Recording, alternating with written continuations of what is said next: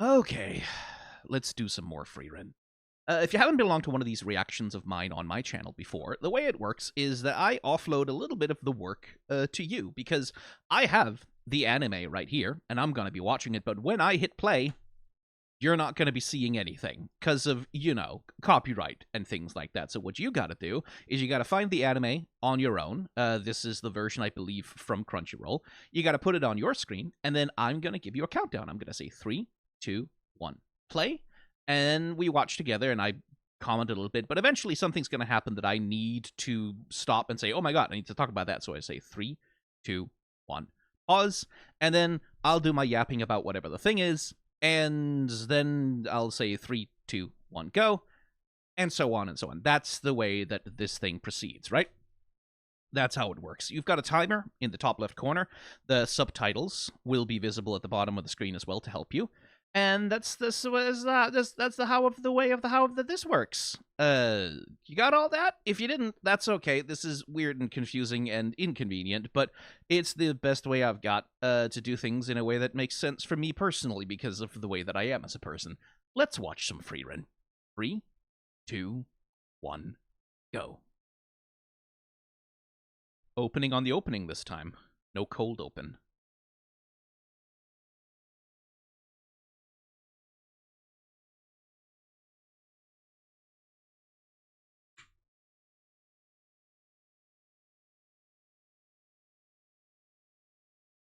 I still adore the amount of effort they've put into making Frieren feel analog in a way that a lot of anime doesn't. Like it's this tension that exists in the anime industry, right?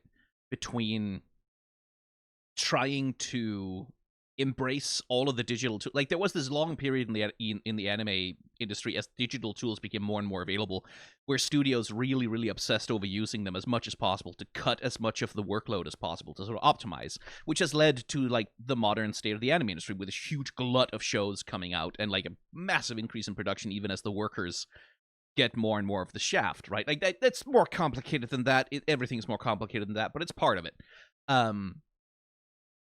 But there was like this rush towards digital tools and the look of digital anime filmmaking that dominated the industry for a long time. Still dominates it. Like in most places, like a very digital look dominates most modern anime production. But then there's been this sort of counter push, this slow aesthetic movement towards pushing back against that.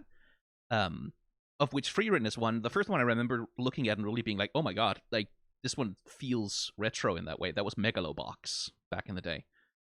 I really do adore it, though. Really? Okay. 3, 2, 1, pause. I mean, we all knew it was going to happen, right?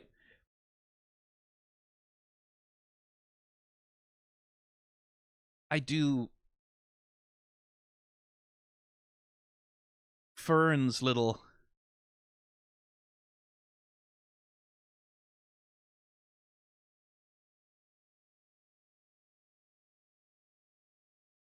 sleepy collapse here. I mean, very familiar to me. I get like that on a bus. Anytime I'm riding on a bus for a long time, or a train for that matter. The movement just lulls me to sleep a little bit. But again, this is such a... Like, in classical limited animation, the way you would animate something like that is you would really just kind of do the head nodding back to side, and then eventually, boom. And then eventually you do more elaborate animation when they fall over to sleep. But Frieren being Frieren, we get this not quite full animation, but almost full animation, where they're really like see the secondary motion in like her, what are those called? Bangs? They seem kind of long to be bangs, but like those things, the little streamers that like the secondary motion is like she leans forward, catches herself, comes back up, like that slow, heavy motion of them, sort of emphasizing the sleepiness. Like that's a full animation, right? Like that's fully animating the character, fully performing the acting that they're doing.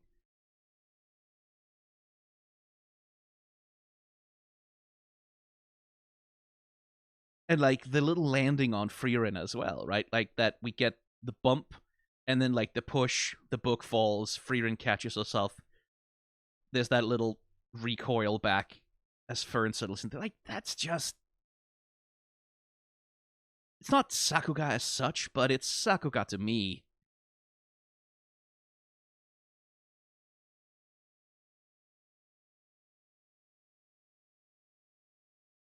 It's also animated on twos again, which is like TV anime likes to do limited animation and animate on like threes and fours for very good reasons. But oh well. 3, 2, 1, go.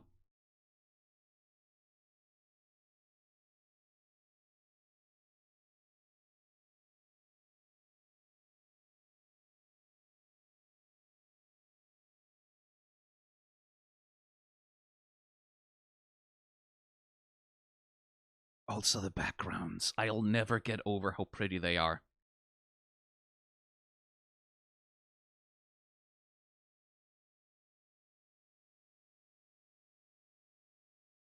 You need an assassin.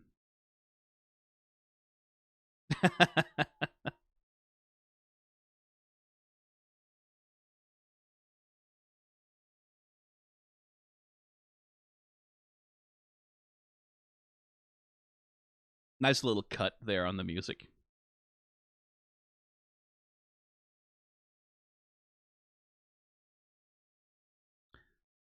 He's not endearing himself to me yet.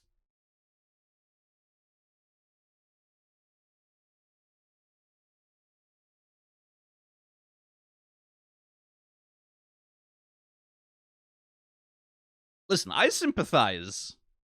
I sympathize with it. I understand where he's coming from, but also, dude, really?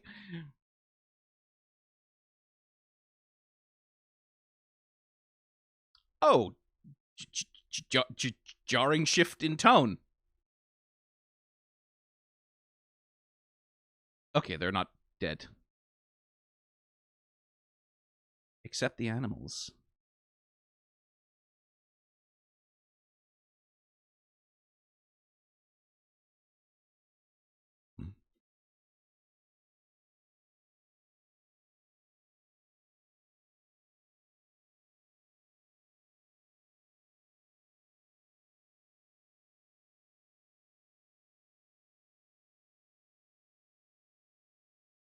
Oh, like the classic Sleeping Beauty thing.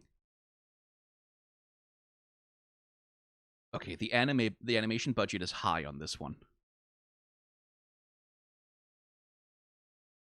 We gonna get like some real fucking banger fight scenes?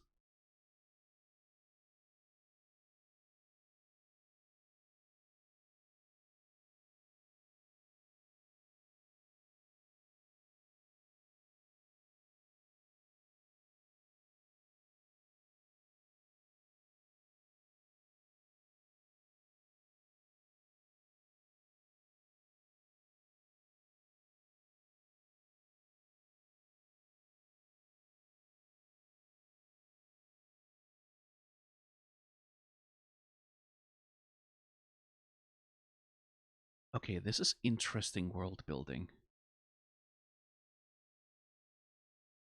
Very D&D. This is very D&D.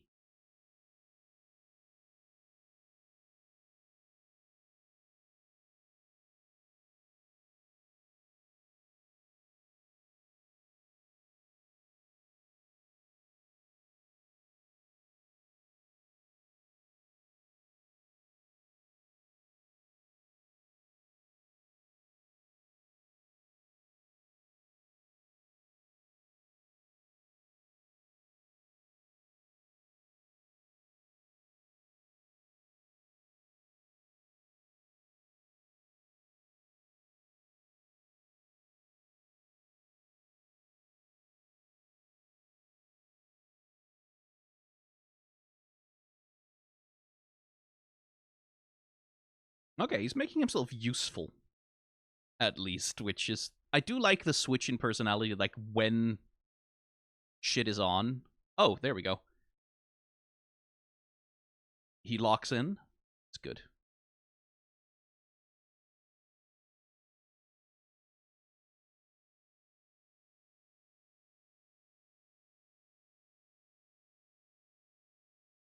And we even started with Fern nodding off, falling asleep.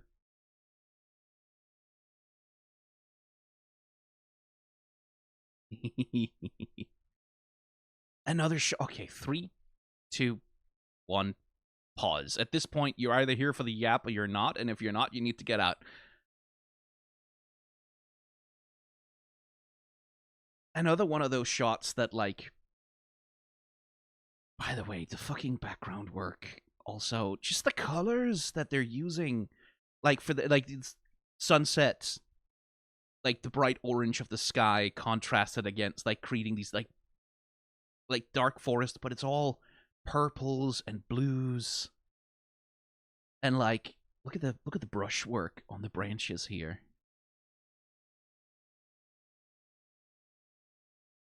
And, like, blues, and then down into, like, the moss greens and, like, the teals and the cold colors, and the transition that we do from here, like where we are in the village with all this warm lighting, and then we fade to this where, like, we can see the warm lighting in the background, and then, like, visually what the show is doing from a storytelling perspective is, okay, we're transitioning now from a place of light, a place of safety, a place of warmth, into a place of cold, a place of darkness, a place of uncertainty, danger, right? Like, just, it's good direction. Like, it's good. It's using the color of what's happening on screen effectively to communicate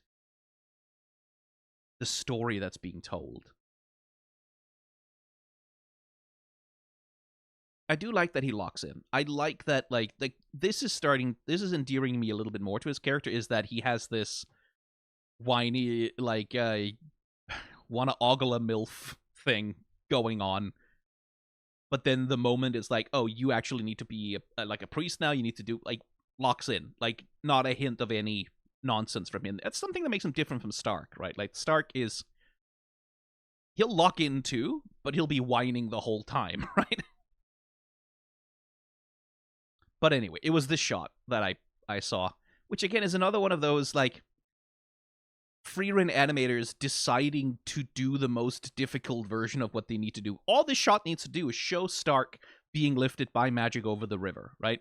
They didn't need this shot of him rising into the air. They could literally just have done this, and it would be quite funny, and it would be fine. And it's just like, okay, just move, like, this flat sprite of him across the river, wobble wobble. It's fine. But they choose to do this shot of, like, the night sky as we see, like, the full transition into nighttime, and then with this extreme foreshortening on the arms,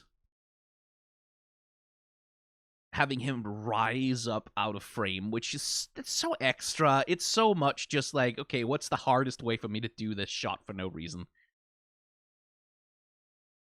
Ugh. This is why I love this show. Also, the fire.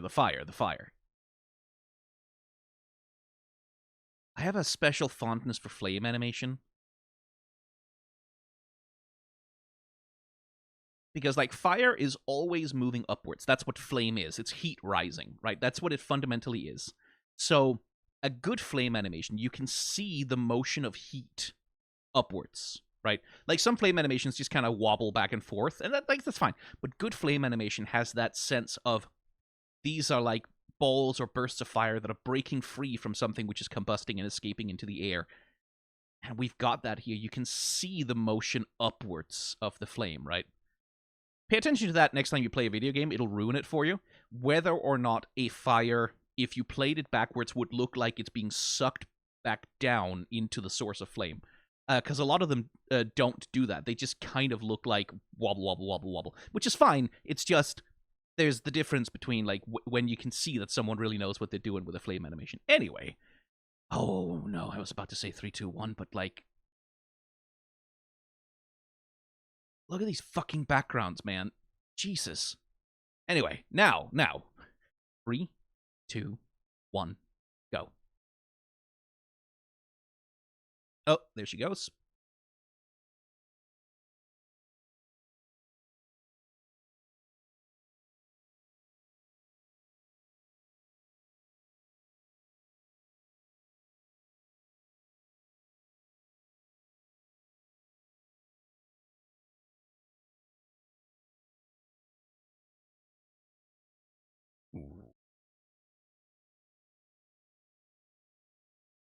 Now, let's see him be useful in a fight.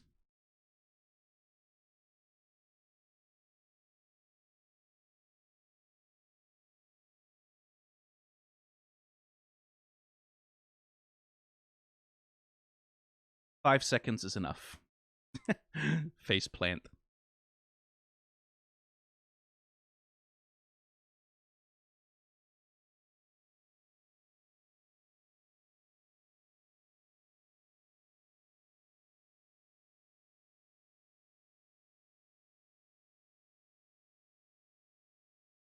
So this is going to be like a plant monster or something, right? Like, that's why we're doing all the... Oh, it really is. Oh, altså den grad. Hold da fast. Oh, dear. Oh, that's a character. Oh, no. That's a character design.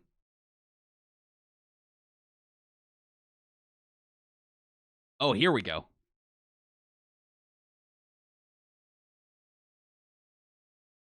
Oh, yes. Oh, I like his movement.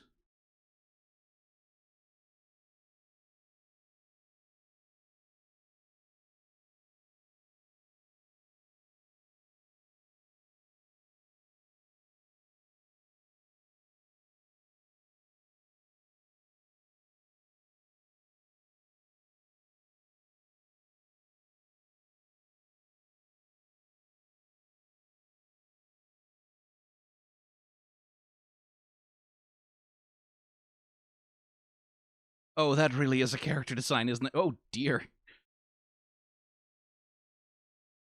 Oh. Oh. Oh.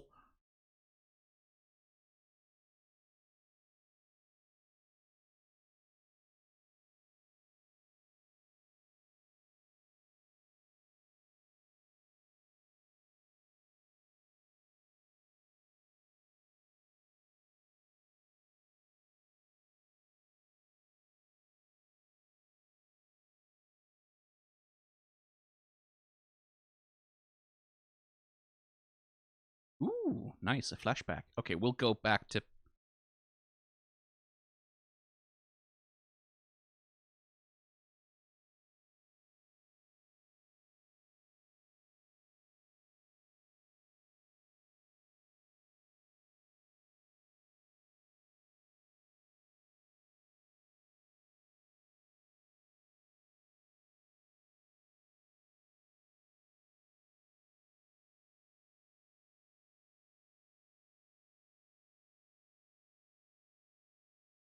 I need to finish watching this scene in its entirety.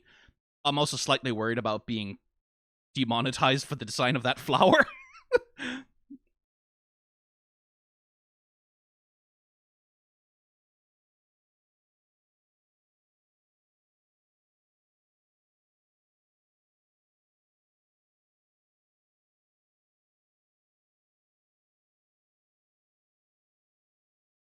Oh. Ooh, get deep-throated. Damn.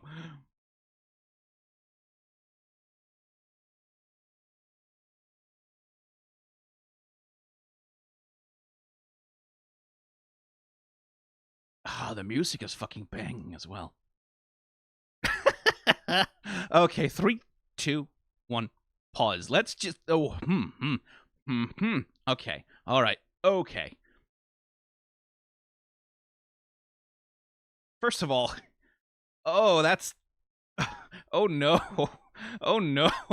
That is sure is a character design. Oh, no.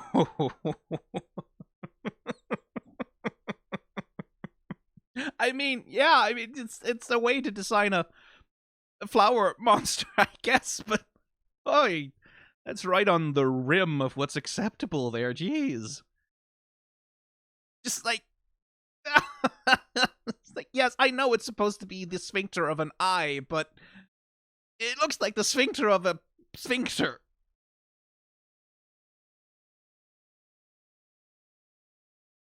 You can see in the way that they're coloring and managing this creature, like, this thing was designed specifically for the purposes of being able to be animated the way that it is in this fight.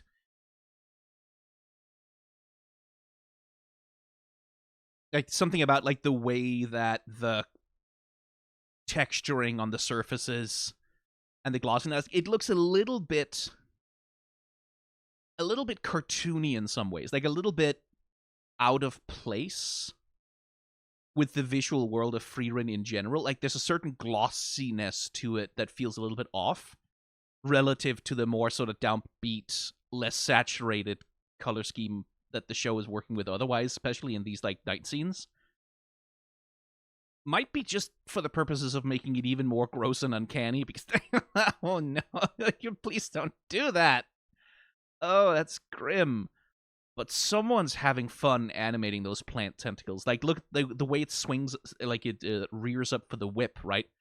It's gonna whip its arm at him, so you can see it's creating that rotational motion, that swipe, as like a waveform propagating through the arm.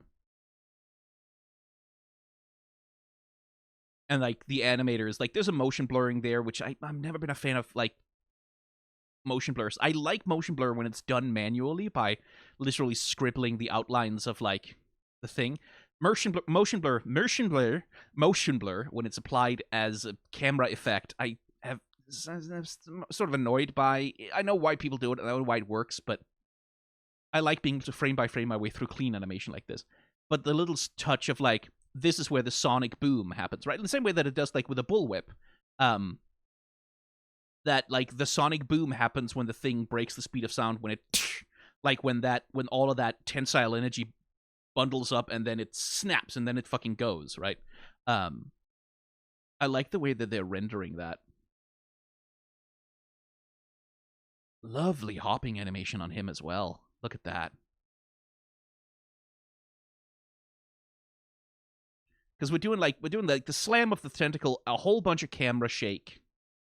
And so his jump is not like he's not going very far, but it's just we get a lot of like anticipation, yoink, a little bit of squash and stretch, right? Like squash him down, stretch him out a little bit as he jumps. And then it's this not like a Mario jump, but it's like this side hop he's doing. And like the animator is enjoying really whipping his coat around and like wrapping it around his form as he goes down, and like the shoulder bits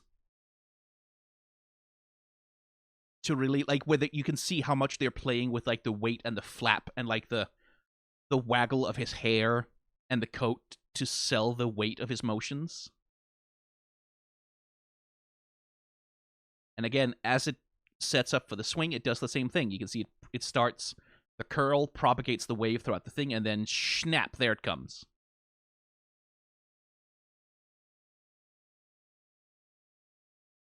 Yeah, okay. I shouldn't play too much footage sort of continuously, because that's what gets you in trouble.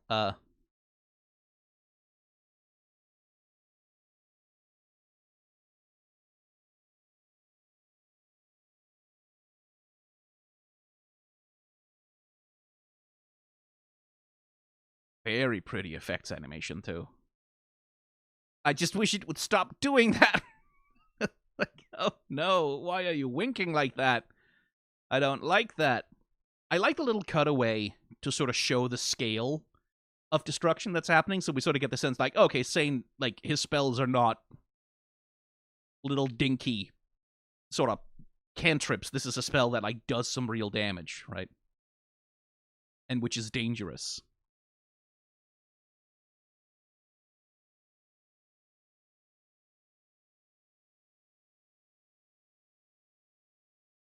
Ew, gross. It's so gross. Here we get to see like the payoff for the setup, right? The reason why we transitioned all of the colors, why we transitioned so deliberately from evening scene, like all of this warm light, into the dark night scene, so that when we get these quick flashbacks, we don't go, oh, why are we what are we cutting to now? Where is this in the scene? We immediately color wise identify, oh, okay, this is back at the village, even though these are very quick shots and could be confusing. That little bit of setup gives the editor the space to do that. Let's see, it's after Heiter.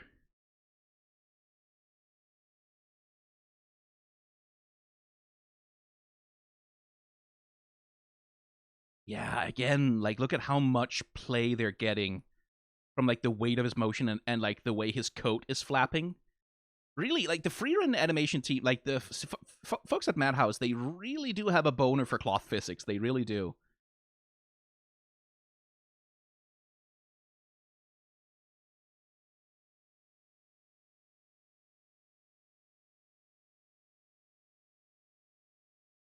The belt and all of like the loose bits on him that are really just given space to flip and fly.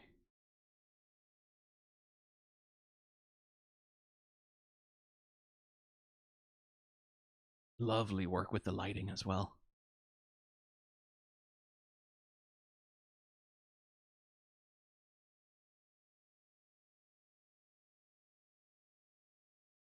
I do like the first thing we see is like the magic circle, and he sees it's pointed exactly the wrong way, right?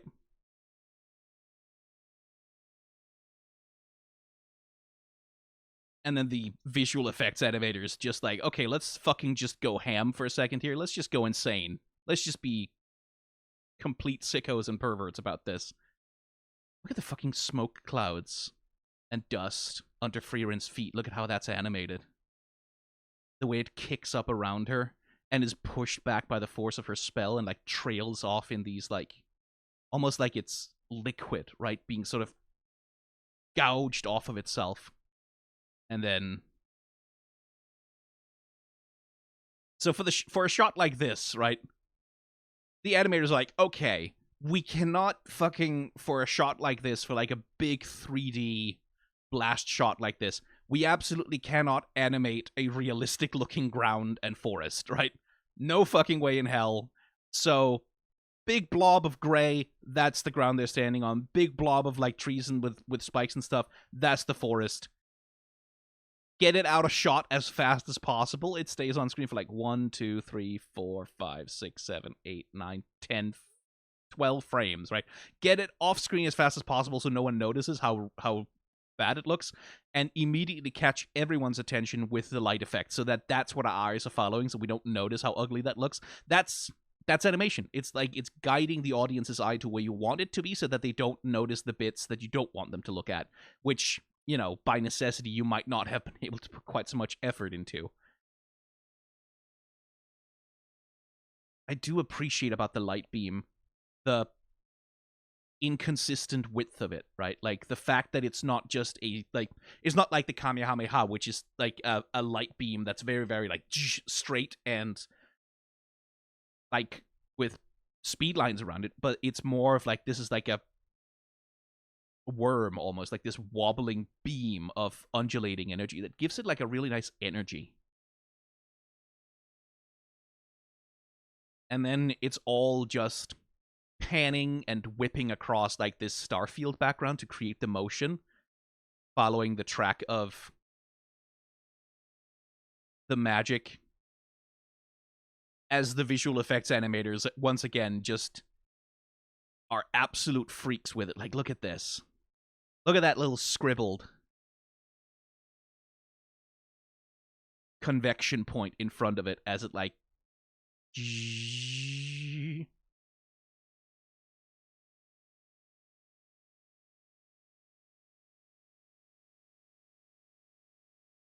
ooh. And it's just a white liquid being squirted into that thing is oh, I don't know how much of the imagery in this fight they were sort of like, did they consider that that's what the imagery is, or is it just an accident that that's what it ended up looking like? Oh dear.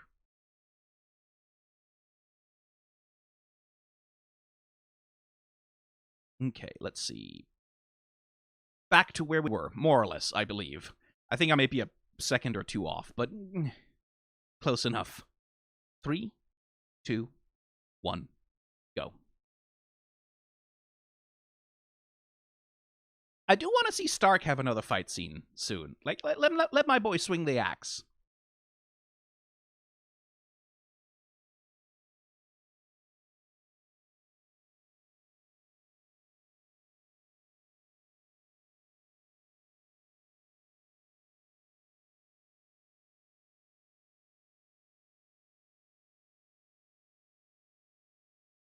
You could stay. Alright. Alright.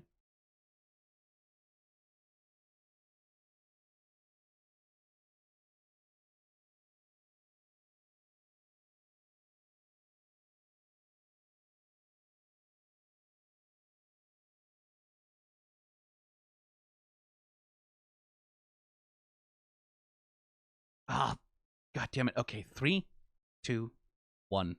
Pause. I need to. That little movement from Frieren there. I need to. Sliding across the ground. Oh, we could make it look like he moonwalks.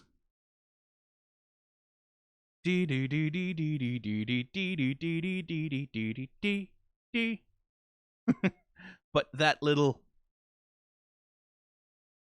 slide backwards and then like a hop and a skip from Frieren up to touch his head. Oh, what a lovely little gesture animation. The show really does love like using these shots from like the knees down. Because it's such a jaunty little thing, right? Like it's not just a reaching up high motion. It's like walking backwards and skip, skip, skip, hop to touch. It's very playful. I really like that.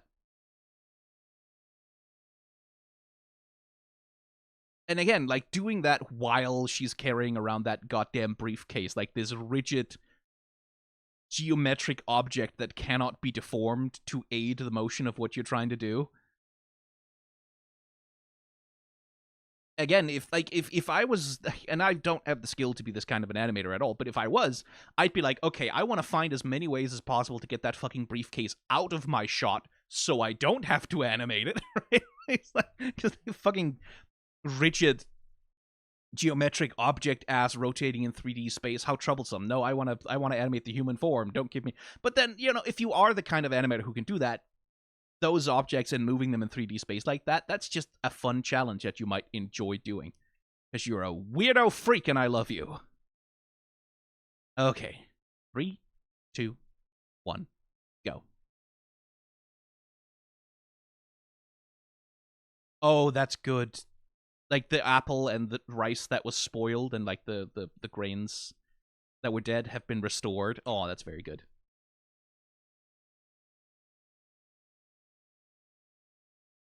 Ooh, lovely map.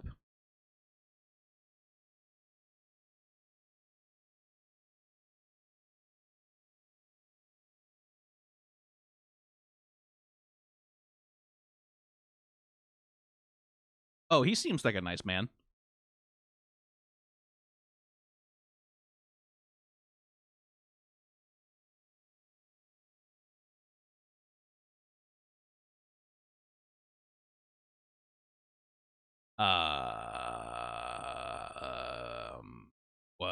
What? Pardon me? I do want to go back and look at the background.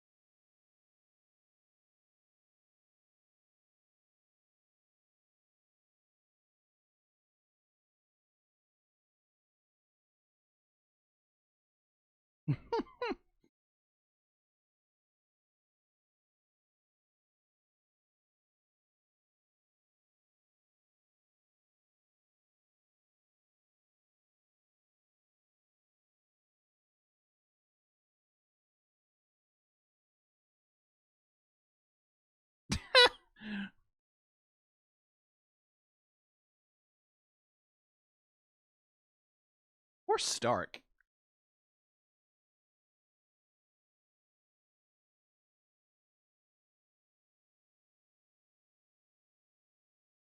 Are we playing on the, like, if they have the same hair color, they're related rules?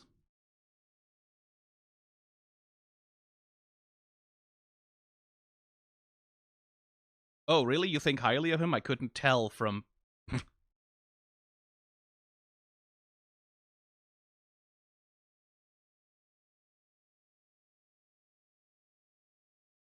Pretend to be his son. Okay.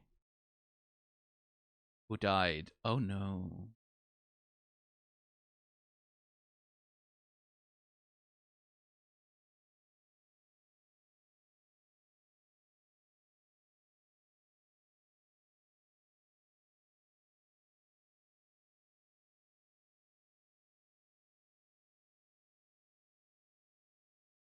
Oh, showing off again with that little 3D shot.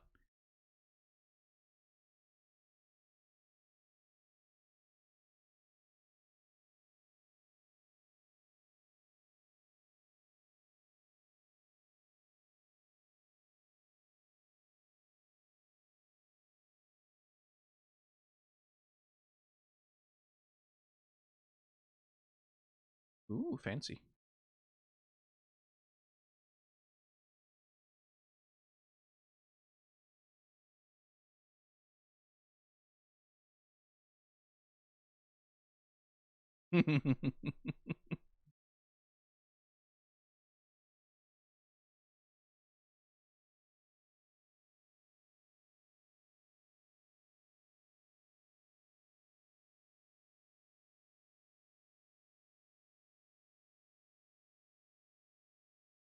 Yeah, sell his body to. Oh dear. Oh dear. Interesting identity thing. Oh, Jesus Christ. Okay. Hang on. Fuck off. Oh my god. All right.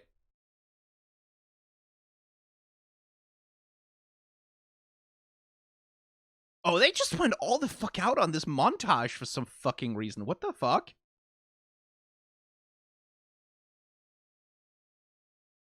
The poor boy.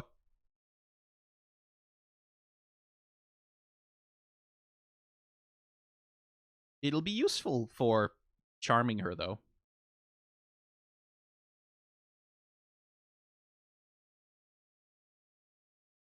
Yeah, that's true.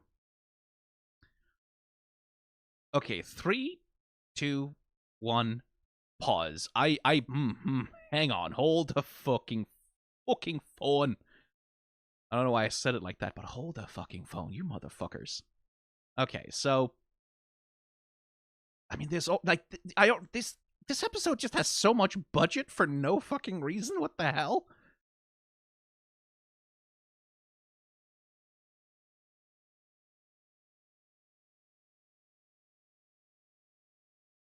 It is an interesting conundrum to throw at Stark specifically because he has these identity problems, right? Like because he has this not so great relationship with family.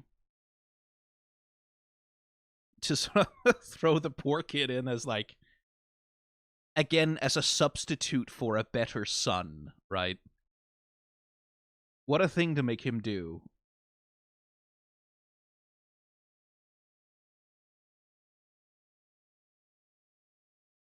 Oh, they hand animated those fucking coins, didn't they? Yes, they did. Jesus Christ. Okay, no, hang on. I need to confirm this. I just need to know. Yeah, they did. Look, you see that bit of that coin there? You see how that changes from frame to frame? You see how all of the bits of the coin changes from frame to frame? There's a little bit of that line boil and change. Like some of them I think are copy pasted, but then a whole bunch of them aren't. They hand animated those coins on her palm. Because why would you? Because of the way would you do that? You don't need to do that. That is something you can just copy paste. It's fine. You can just copy paste and rotate. You don't have to fully animate the fucking coins. Jesus, the coins of all things. And like the camera work here, it's mostly sort of standard TV anime, right? Which is to say, this is a scene with a bunch of characters sitting around in a room talking, right? There's 100 million of these in every single anime that exists. Because it's like, that's how you do like certain kinds of exposition like this.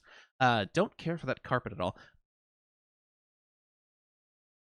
But one thing to pay attention to is like how many shots are there here, right? Like how many times do they create a new environment, a new background in order to tell the story of this scene? So we have the establishing shot here. so we know where everyone is in relation to everyone else. I like the little thing of like both Fern and Frieren are a little bit too short to sit comfortably relative to how tall he is. Then we have the shot of Stark. Then we have a shot like over the back of his shoulder, looking at the dude, and then like the party talking. Then another shot where we're pushing in on Frieren. Then another shot where we're pushed in even closer on him. For that, they might have used... Yeah, that might be a repeat of this shot. Yeah, I think it's just a repeat of that shot, but up-resed to fit, which is a sensible way to do that. And that's, like, here we have another repeat shot. That's this shot again, pushed in closer. And now we get, like, this is the shot of Stark. Now we get the reverse shot over his shoulder. Then we get a shot of, like, straight down the table at him. Then we get this low angle of the party. Then we get this high angle looking down on Frieren and Fern. Then we get another alternate angle and another alternate angle that we haven't seen before. Like, and this is how you make one of these scenes visually engaging, right? Like, this is how you shoot one of these, like, in film. This is how you shoot one of these scenes where nothing is happening. All the characters are doing are just sitting there and talking. How do we make that visually engaging? Well, keep picking angles that are interesting relative to the conversation that's being had, relative to what the characters are saying and what the characters are doing, right? So, Mr. Orden. Lord Orden. Yeah, he's the Orden. Yeah. Lord Order. Really? Okay. Is trying to, like, talking at Stark, right? Then Frieren interjects, so we get this shot, like, pushing in on her as she tries to assert herself. Right? She's trying to, like, take control of the conversation. It's like, I'm the one who decides what Stark does. And Orden is like, you don't need your mommy's permission to talk to you. So he's trying to direct the conversation away from Frieren. And Frieren isn't having it. So, like, she stands up and gets in the way of things. It's interesting. Like the shots that are chosen are used to frame, like, the action of the dialogue that's taking place, what the characters are saying, how they're relating to each other. It's just good filmmaking, man. That's all it is. It's just good filmmaking. My family line is originally from that village, too. Yeah, you don't say, buddy. It's the only place in the world where they have red hair colors. Interesting thing to make poor Stark. Literally having him act as a replacement for a better son again. Like, grim, man. Thematically mean-spirited.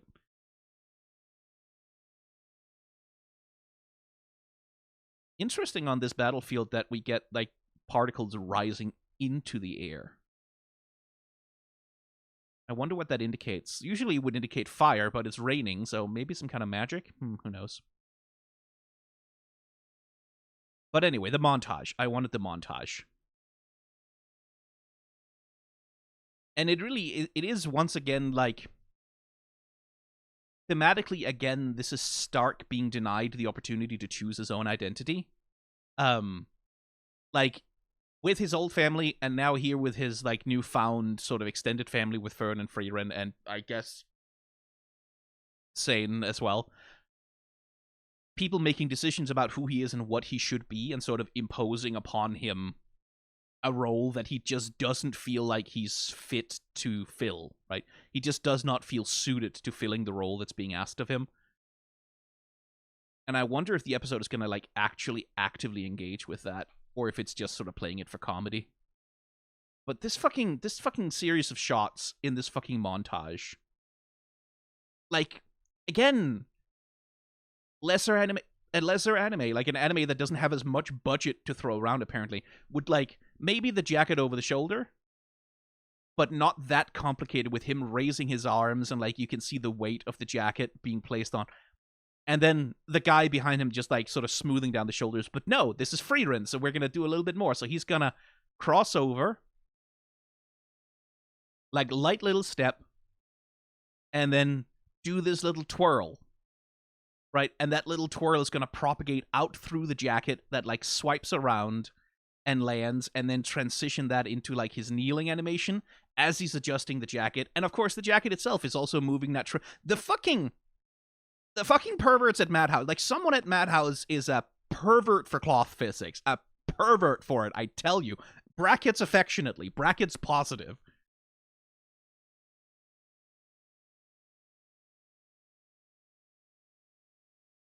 And it really is Stark, like, being fitted for.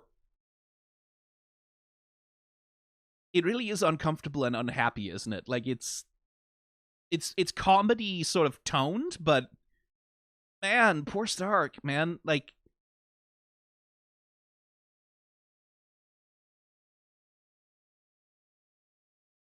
it really is other people sort of using him as a substitute for someone instead of seeing him for who he is. Which is like, that's the thing where he kneels before Fern and she says, yeah, this doesn't suit you. She's seeing him, right? She's seeing who he really is, no matter what anyone's trying to turn him into.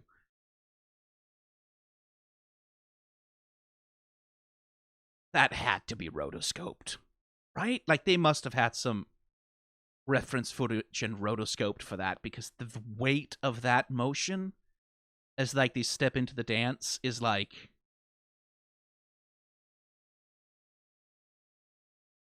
that's really good. And then, like, but it's not just Stark, right? Like, the rest of the montage, we get this wonderfully elaborate animation of Sane just having fun drinking. Like, the lady running over with, like, these mugs spilling and overflowing. The girls having tea parties, because of course. And once again, the cloth physics pervert makes their presence known. Just absolutely reveling in the motion of,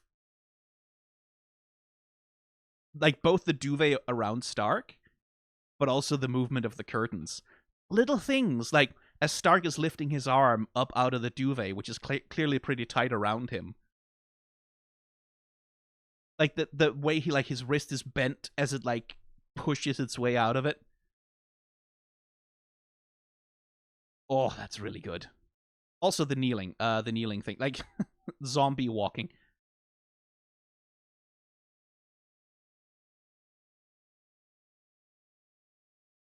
What an interesting thing that, like, we're framing it both as him doing a noble gesture, right? Like, sort of performing the etiquette thing, but it's also literally, this poor guy has taken so much damage, he's down to like a red health, and the critical health noise is blaring, like beep, beep, beep. And so he falls down to a knee, right? Like, it's also battle damage at the same time. How clever, how good. Anyway, what a fucking montage. They put a lot into that. 3, 2, 1, go.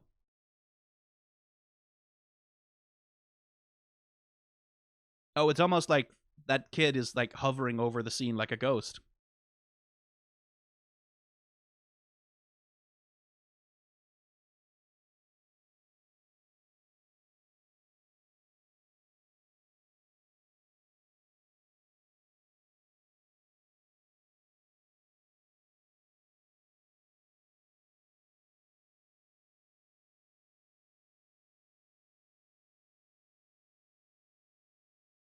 Oh, that makes two of you.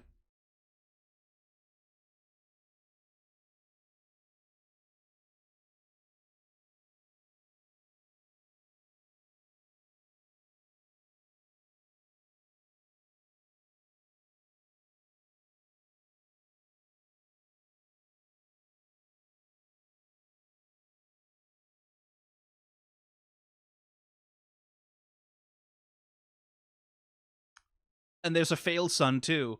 Oh, okay, yeah. Well, the anime is drawing the connection very explicitly.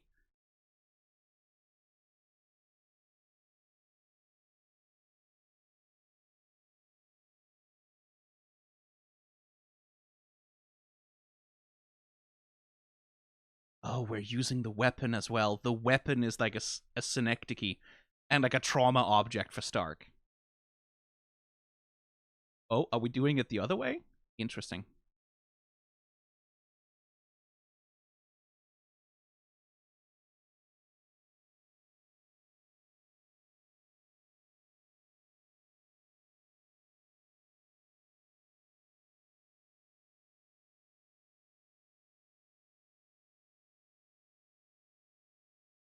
Ah, here we go. Interesting.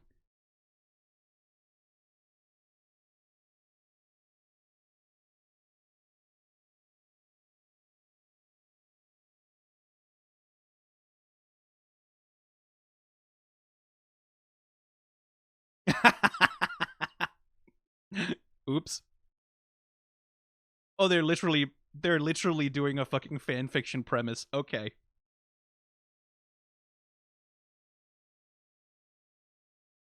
Nope. Okay, three, two, one.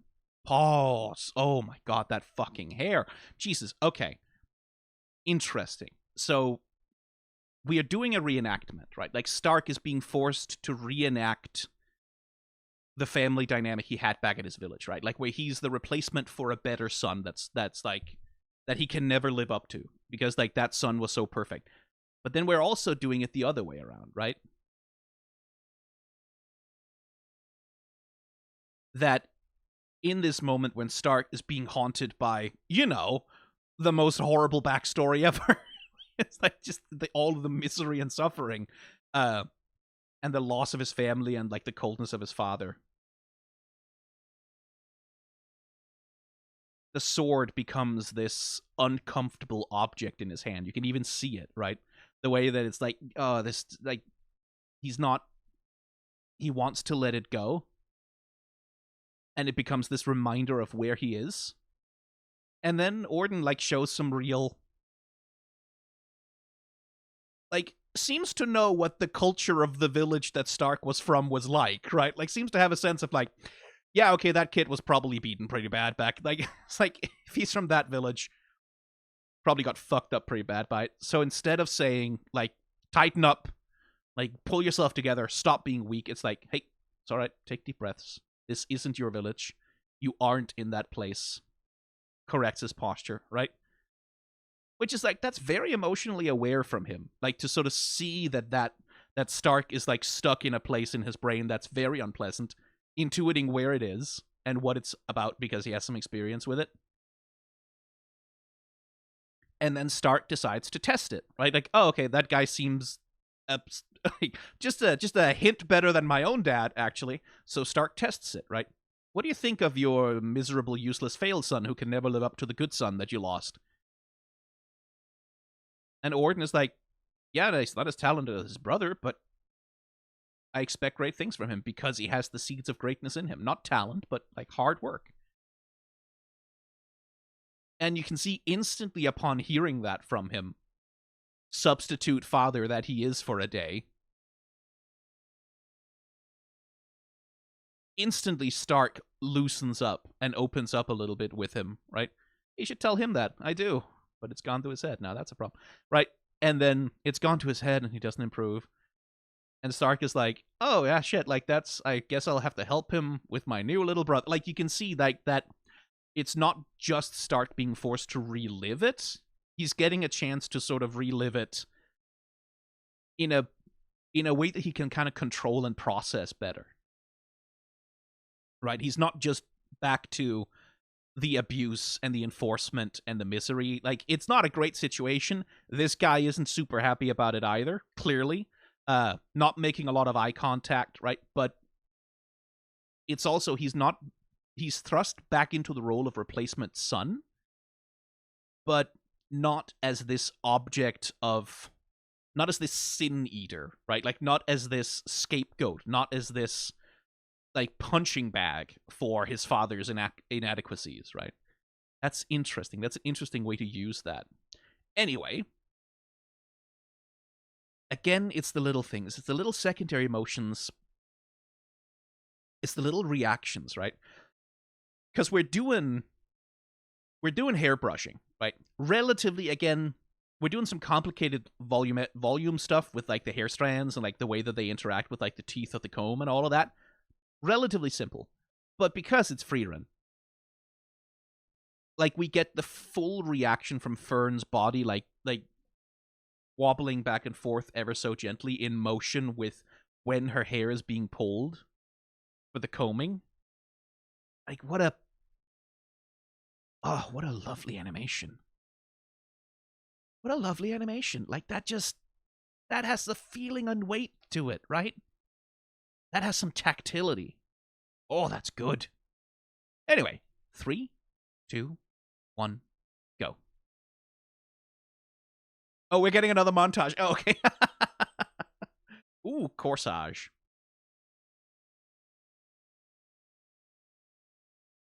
And Frieren, of course. And a dance as well. Again, this must be rotoscoped. Oh, dear. Rotoscoped. They're going to dance with each other. It's going to be unbearably romantic. It's literally a fucking fanfiction trope. It's literally, oh no, a contrived situation has occurred in which we have no choice except to be emotionally intimate in a way that's performative for others, but maybe reflect something that's internal to ourselves. And we repeat the kneel. But now it's Jesus Christ. That is emotionally horny. Hang on. 3, 2, 1, pause. No, you can't do a shot like that and expect me not to remark upon it. So, there are different kinds of horny, right? The kind of horny we're most familiar with is baseline visual horny. It's like, it's titties, it's ass, it's dick, it's the abs, it's like heaving bosoms, it's muscles working under the skin. It's all of that. There are other kinds of horny, though. Some kinds of horny are less all of that direct sexual stimulation. Some kinds of horny are emotional. And they are about, like, you could also call it romantic if you're a weird pervert or something. I don't call it romantic. I call it horny. I call it what it is. Which is the intimacy of small gestures and the eroticization of intimate moments. And there's no kind of shot for this more, like, 100 billion movies have done this before. 100,000 comics, 100,000 books. The little moment of not just, oh, hand is reached out, touch the hand. Not just that. It's the little moment of hesitation, right? It's the raise of the hand, that little linger, and then you see the weight land, and then, like, the envelopment of taking of the hand. That is, with the right setup, that's a money shot. Like, that is a cum shot for romance.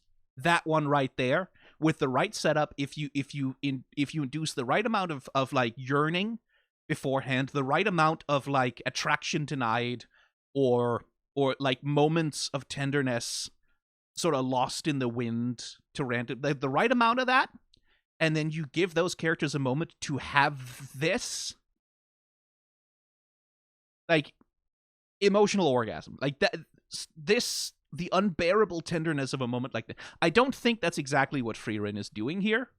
But if they're setting this up to be repeated again later, that could be a kill shot. Like, that could kill the Stark Frieren shippers. Like, just like single bullet to the head, pow, they're gone.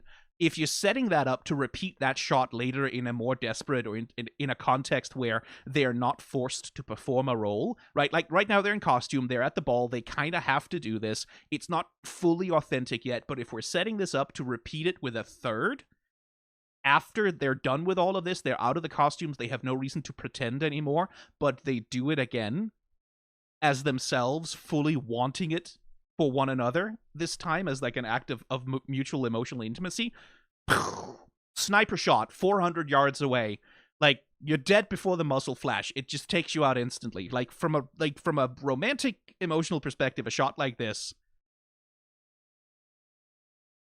absolutely murderous.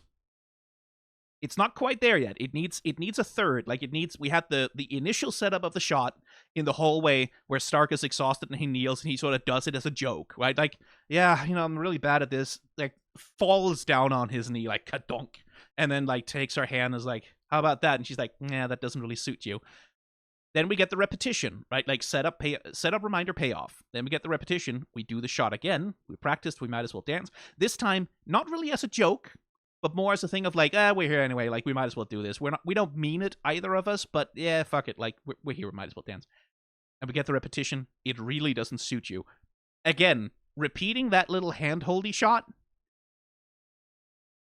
and then with her making a comment, either she can repeat like it really doesn't suit you, or she can say now it looks good on you. Right? Like a moment when he's himself, when he's being authentically himself and he's doing this, and she looks at him and she sees him and she goes, yeah, you know what, that actually suits you. Ugh. Fire, explosions, like just that shot from North by Northwest, you know the one. Well, maybe not that one. Or if you want to make it even more delicious, a reversal where it's like where Fern is the one who kneels and takes his hand and like takes the leading role, and then it's like now it suits you because that's more their dynamic. It's not really the one where he's like the man leading the thing, but she's actually taking the role of leading the relationship in that way. Also, very good. Don't know if they're going for either of those things. They might not be going for anything of the sort, but if they have a third in the chamber for this one, if they have like a third lined up somewhere, and they're just waiting for the right moment to like precision strike that shit right through someone's neocortex, that's gonna be fire. Like if they can animate that correctly, if they can give that the right amount of like setup yearning, and like the characters sort of having to overcome an internal barrier to produce that emotional vulnerability with one another, oh, fire. Absolute fire. Anyway, let's enjoy the two of them dancing. 3, 2, 1, go.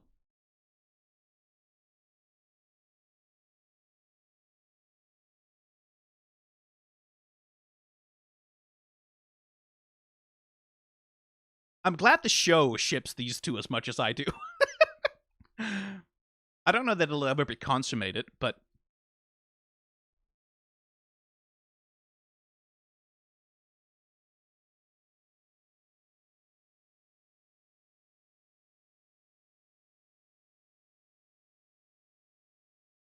fully on some Cinderella shit right here. Very good.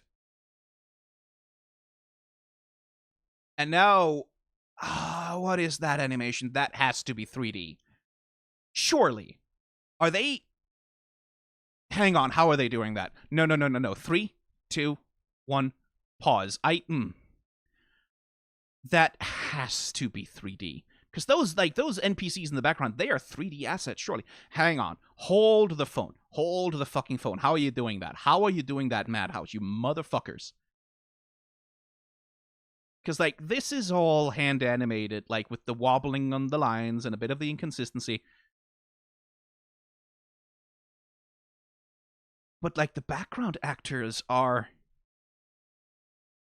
No, they also have line wobble. That's not just a shader moving around, is it? No, it can't be. That is... They are... But though... Some of these have to be fucking 3D assets. I swear to Christ. Like, not necessarily. It's not like they couldn't do something like this. It's just... I swear to Christ, some of these dancers have to be in 3D. Some of the... Like, it's... At the very least, some of this shit is rotoscoped. Hang on.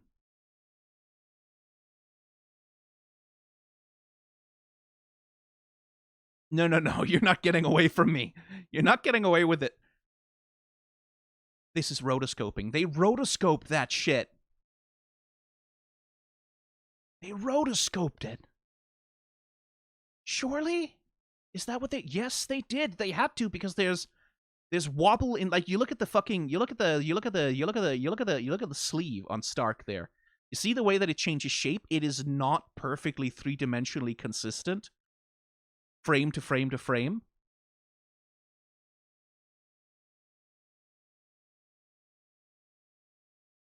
Like, not perfectly. It's kind of mostly... I think, okay, my best guess for how those motherfuckers did this fucking shot. And I will say, I'm not 100% a fan of the compositing of the background characters into the scene, but who cares? Real waltz footage of some kind, and then rotoscoping over it, or someone animated a dance scene. Well, why would you... If you were gonna animate it in 3D for this... No. This has to be full rotoscoping, doesn't it? Mostly because of the way the cloth... Again, the cloth physics pervert making themselves known. Like, yeah, like, it has to be... Either they rotoscoped it over 3D, or this is some kind of mixture, like, where they're sort of... painting over or really using a lot of advanced shaders on some 3D models along with some post-processing corrections and shit, but like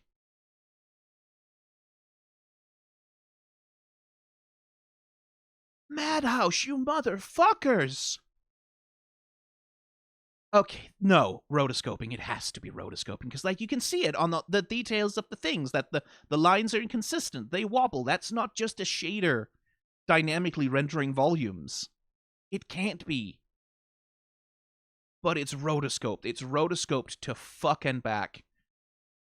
The cloth physics pervert is really earning their fucking paycheck, by the way. Look at what they're doing with Fern's dress, man. Like the way like they translate the rotation as she's like spinning out of his arms into like the puff of the dress, and then how that rotation settles around the dress as she like moves into it, and like the dress collapses as like the air pressure gets moved out of it, and we move around, and like the fucking, and again as she repeats it, right, like she steps into a rotation, the dress follows around, and like look at that poof, look at that fucking volume, look at the three-dimensionality, what the fuck. And I swear to God, the Madhouse, the lighting people on this one, they deliberately lit the characters a little bit like anime 3D models, I think. Because, like, I think they deliberately lit them with the kind of soft, cel-shaded edge lighting that you get on these kinds of 3D assets to make them look even more like it. What the fuck?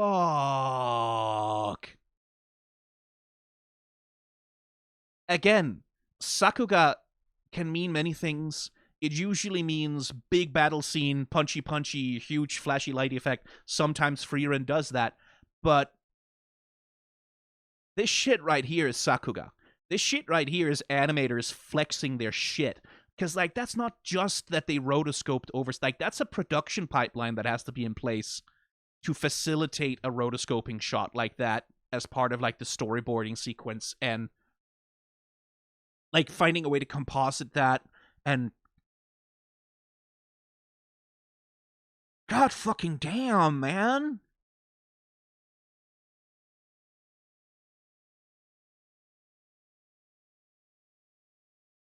You cannot, like, I'm gonna risk playing a little bit of this footage, just a little bit at full speed.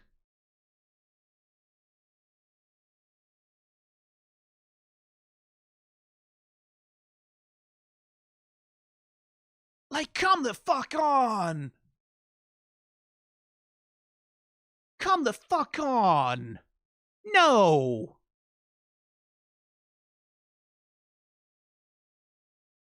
Oh, fucking Madhouse. Fucking assholes. Why are you doing this to me? Oh, God. Jesus Christ. This show is gonna kill me. Okay. 3, 2, 1. On pause. Yeah, like... Oh, go to hell. This is so romantic.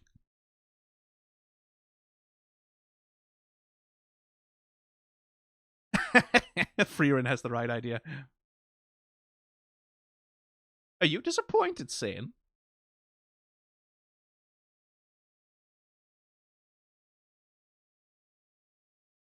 Bit of survivor's guilt there, huh?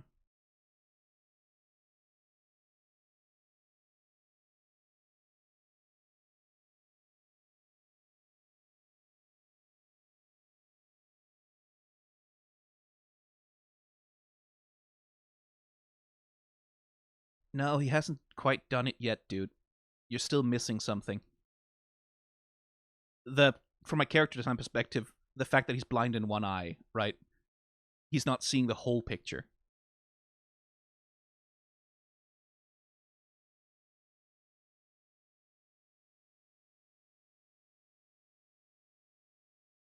But he is seeing some things clearly.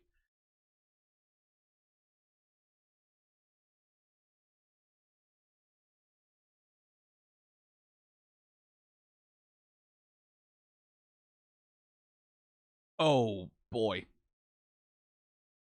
Oh no.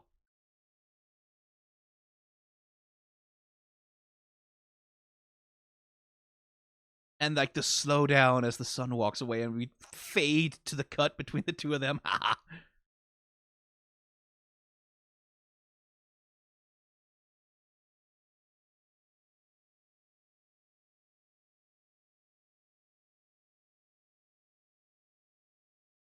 Because of course Stark has many fathers.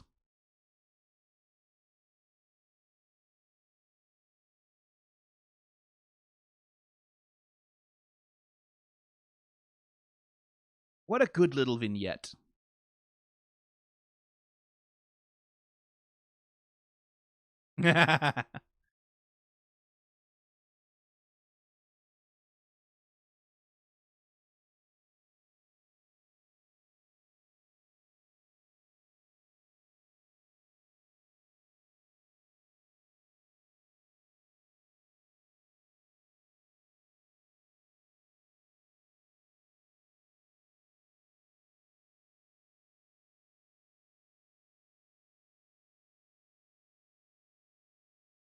Good little parting shot, that one.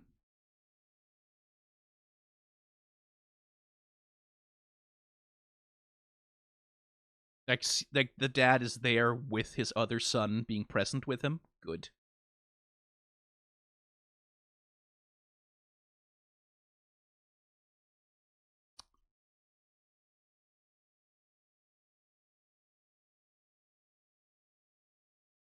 That was a good fucking episode, man. Like I said, they just have this in the chamber now, right? They just have that. They can just, anytime they want, they can assassinate us, all of us, anyone who gives a shit about Stark and Fern from 500 miles just by repeating that shot in a different context. They just have that in the chamber. They can just use it. Maybe they won't. Maybe they never will. Maybe the rule of threes doesn't apply here. But just the fact that they've planted it in my head now, like if you're a Frieren, if you're like a Stark Fern shipper, just imagine, like just think of a scene, a context in which Stark could repeat this gesture and Fern would say, "That suits you." Just think of that. Just think of that. Think of it. Think of a context in which Fern could be the one doing the kneeling and taking his hand. Like, just think of that. Just think of a context of that. You have material for 5,000 years of fan art and fan fiction now. Boom. There you go. Just for free. I'm just handing that over to you on a silver platter for you to do with whatever the hell you please, and then tag me about it on Blue Sky.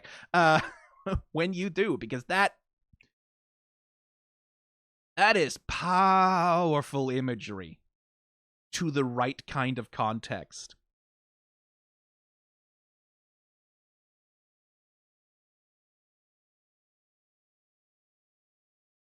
That this whole scene is unbearably romantic because it's it's that tension, right, between we're just performing a role, this is not real, we're not being authentic, we don't mean it, versus you can see it, especially on Fern, that she kind of wishes a little, like more than a little bit, she kind of wishes it was real, right? She doesn't want to admit to the sort of romantic fantasy of being swept off your feet by,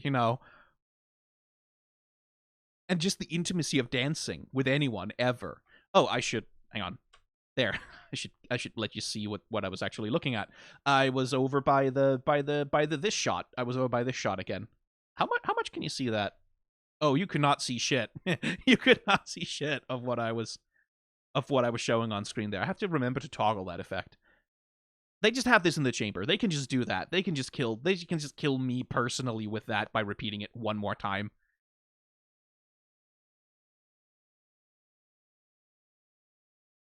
And like the progression, right, of Fern being unable to quite look him in the eye, and then as he looks away, she can't help but stare at him and sort of see him in a new light as he's like competently taking the lead. And then they ease into it, right? Like then it becomes fun as they spin around each other, and then now they're being free with it, right? Like now they're like Fern especially has sort of let go of her inhibitions about it. Now they're dancing. Now they're enjoying each other's company for real, for genuine. And then that one there, that's a trust fall, by the way. That's the purpose of that in a dance like that is one partner letting themselves into a very unbalanced position, trusting that the other will have their back. That's the intimacy of that kind of dance, right? So, like, again, shit like this, profoundly intimate, because this is like Fern very explicitly trusting Stark that he would never let her fall for any reason, right? He would never embarrass her. He would never not be there to hold on to her. Yeah, no, this the shippers are eating good with this one. Goddamn. I did go frame by frame through so much footage that I might get some copyright claims on this one. So if this one goes up and there's weird things edited over top of certain bits of the clip, that's why. It's because I put too much actual anime footage on screen and I'm being punished for it. But man, fucking hell, like really, at this point, even more disappointed that Sane's introduction episode was so perfunctory that it really didn't. It did not take the time to dive into him or really display his relationship with his village or anything, like, and didn't have any kind of a fucking animation budget. Like, that's even more disappointing now that Frieren has just, like, whoosh, ramped right the fuck back up to its obscene production values. An incredible sense of direction. Like, the Sen introduction episode now feels like even more of like a whoopsie-doopsie misfire, or this one just wasn't a priority, which, like, every anime has that. Like, there's always trade-offs. That's not me saying that like there might not have been very good reasons to do it that way. I can absolutely see a script like director and like the director of the anime identifying that the Sane episode, okay, this is one where we can afford to like maybe dump a little bit, dump the quality a little bit, dump like the commitment a little bit, crunch the narrative down to a very short thing that can be very quickly moved through, so that we can get to like the more important, more impactful things. Like again, trusting that Sen will build up a relationship with the party over the course of the season, rather than needing to sort of introduce himself perfectly at the first go. I can see that. I can absolutely see doing that. This shot also, by the way, like, you can see it on screen. Again, this is just two characters having a boring conversation, right? Like, nothing is really happening on an action level here. But you don't have a home to return to. The village was destroyed. I know that much. We do this little parallax faux rotation shot to really sort of drive that home. Lots of different camera angles, lots of different shots of the characters, showing the flashback and then showing like the fade to the two of them.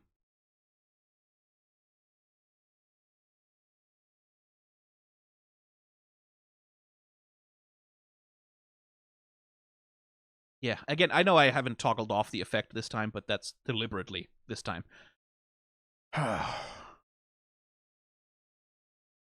That was a nice Stark episode. That was nice. Like, I still want to see him get to do a fight, like, get to fucking kill some shit with his axe. I want to get to see him be competent in battle and, like, really, you know, earn his bloody hair. But as, like, an emotional episode for Stark, this was really strong. This was really strong. As a way to let him sort of begin to sort of process some of his deep trauma and access those memories in a way that's not just dredging up pain, but which is like, oh, okay, like, the thing that happened to me, it wasn't my fault, right? Like, it wasn't because I did anything wrong. It wasn't because there was some law in the universe that said my father had to treat me this way. Look at him. He's treating his son so much better, right? With love and with compassion. And that's how I should have been treated as well. Like, that can be very healing, just to see. It can also be very, like, hurtful and painful to see someone else get the love that you never got, but it can also be healing. Like, it can also reaffirm that, like, the way that you were treated by your parents or your caretaker or your abuser, even, that the way they treated you was a decision that they made specifically. It wasn't normal. It wasn't the right way to do things. It wasn't the ordinary way to do things, the correct way. It wasn't, like, given by the laws of nature or by the rules of society. It was a choice that they made to treat you poorly. and then to see other people not making that choice, deliberately not making that choice, and in fact seeming to be like, no, that choice that your parents made was stupid, and they shouldn't have done that. That's real fucking shitty of them, actually. That can be helpful. So I like this as like Stark having an opportunity to delve into his feelings a little bit, and like have a chance to have a redo of his childhood. Essentially, like, yeah, he's brought in as like a replacement for the favored son, like we talked about, but he also got to experience being the favored son essentially for a bit, like being the son that he could never replace. And he got the chance to say, no, I don't want to be that, actually. Right? Like, he gets this chance to step into the role of the favored son, right? Of the good son, the son that the father loves. And then he says, no, I don't want to do that. I want to be who I am, actually. I don't want to be my brother. It's essentially what he gets to say here. And I like that. I like that this like gets to be like Stark opens the episode, opens this vignette, this half of the episode, in like this position of having his identity very much dictated to him by the needs of other people, and then he ends it by asserting himself and saying like, nope, I have a father, I have a family, and I need to complete this journey and come home to him and step back into the family that I chose for myself. Like that's good. I like that. What a good fucking show, Frieren. Is anyone else saying this? I don't feel like anyone else has really said this. I think I may be the first person to really realize that Frieren is a good show. I don't know that anyone else is really talking about it. This is like a hidden gem that I have discovered. What a good show. What a good show. What a show that's slowly driving me insane. Oh my god. Like, it's driving me insane in a different way than Dungeon Meshi does. I'll get back to Dungeon Meshi too, by the way, don't worry. But it does drive me insane. Like it drives me up the wall sometimes with the shit that Madhouse just pulls off. Casually. Just like, that whole dance sequence. I'm still in my mind debating whether that was 3D with shaders, and then they went in and rotoscoped over it to sort of like really give it the analog look, or if it was full rotoscoping over live action footage, which I'm bending more towards rotoscope live action footage, because that feels like that comports a little bit. It would be weird to go to all the trouble of fully because even if they were to animate that dance sequence in 3D and then rotoscope over that, they would still need a whole bunch of reference footage of actual real dancers dancing to animate that 3D scene too. And at that point, why not just rotoscope over the footage instead of like animating a 3D scene? The benefit, of course, of animating a 3D scene is like then you can place the camera wherever you want, right? Like that would be why you would do that, is that once you have that 3D scene animated of the dancers dancing with the real-life dance footage as reference, now you can place the camera any way you want, right? Like now you can control completely the cinematography and the framing of the shot, and then you can pick which angles you want to do, and then you can rotoscope over that with actual 2D animation, and then you can get a nice series of shots like that. So there might be a reason to do it like that, but if anyone has a link to like some behind-the-scenes anything, details about how this specific fucking episode was made, show it to. I want to know how they did the dance. How did they do the ballroom dance? How did they do that one? That's the one I want to know about. Get documentary footage, anything. Anime fans, please, I'm begging you, help me. Anyway, I should end this video now, so I'm ending it. Goodbye.